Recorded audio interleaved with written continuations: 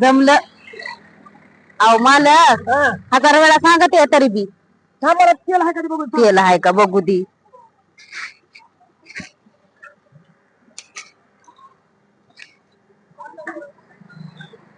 तेल काल टाकलं बघ तिकडे. मग काय टाकलं? तेल काल टाकलं. संपलं तेल संपलं. अगं काल तुझ्या भावाला गाडी नेली होती ना. हा बघ काल नेली होती त्याने फिरून आणली गाडी. त्या गाडीत तेल टाकायचं. तू तर सांगायचं तेल टाकलं का नाही तू. मला काय माहिती. आणि माझ्या राहून चुडा राहिली. मला काय बरं काय करतो मी असं करतो. तू माझं असं कर. तेल टाकून जाऊ पुढं पुढं.